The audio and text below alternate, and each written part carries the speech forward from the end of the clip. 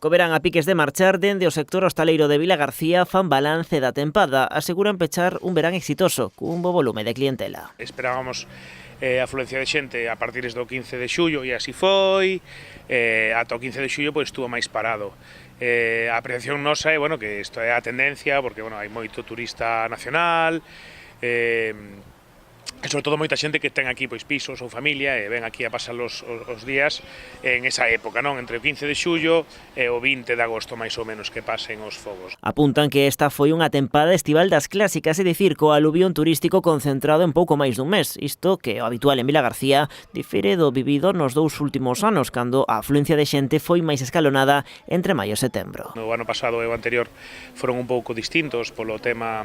Non sabemos moi ben por qué, pero sí que notamos que empezou antes a xente a vir. Pero este ano foi un verano bo, pero de estilo clásico. Os bons datos dos bares e dos restaurantes contrastan cos dos locais nocturnos. Neste caso, Seica, algo está cambiando.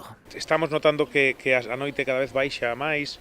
Tamén, bueno, temos un sector de poboación que sae e o que gasta cuartos pola noite, que, bueno, pues que empeza xa a buscar outras formas, como sesións vermú e demais, e sí que se nota que a noite ahora é como máis inestable, non é tanto como antes. Onde os resultados non poden ser mellores é no sector hoteleiro. Seica na Meirán, de parte do verán, roldouse o 100% de ocupación.